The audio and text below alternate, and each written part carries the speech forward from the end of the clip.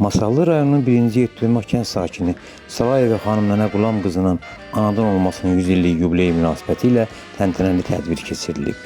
İştirakçıların yaddaşına dərin iz qoyan bu əlamətlər gün ailə dəyərlərinə, ana müqəddəsliyinə və uzun ömürlüyünün mənəvi sirrinə həsr olunur.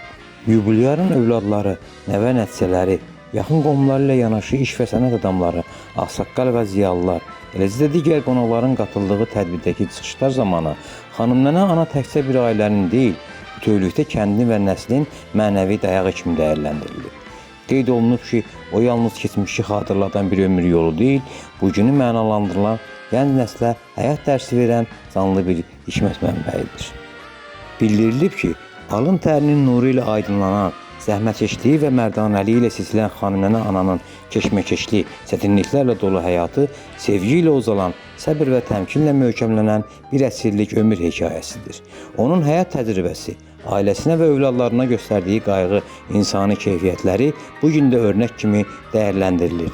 Çıxışlarda xüsusi olaraq vurğulanıb ki, üzərimizdə böyük haqqı olan ana və atalarımıza sevgi, hörmət və diqqət göstərmək hər bir insanın ən vacib əxlaqi borclarındandır.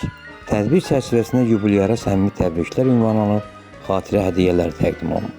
Xanım Nənə ana isə öz növbəsində göstərilən diqqət və qayğıya görə hər kəsə təşəkkürünü bildirib, həyat yolundan süzülüb gələn sadə, lakin dərin mənalı sözləri ilə maraqlı xatirələrini bölüşüb. Bayram ab-havasında davam edən tədbirdə xanım Nənə ananın timsalında bütün analara həsr olunmuş şeirlər səsləndirilib, kövrək və ruhlandırıcı nəğmələr ifa edilib.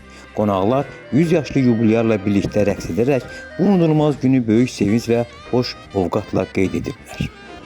Aşif Ağayev, Elsəvər Əliyev, Faiq Mirzə, Emil Nuri.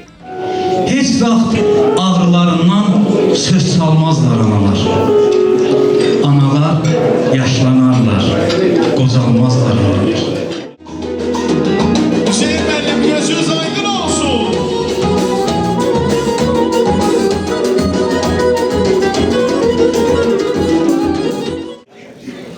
Ben bu əsrdə səndən ondan sonra sevilməz adam. Gözəl.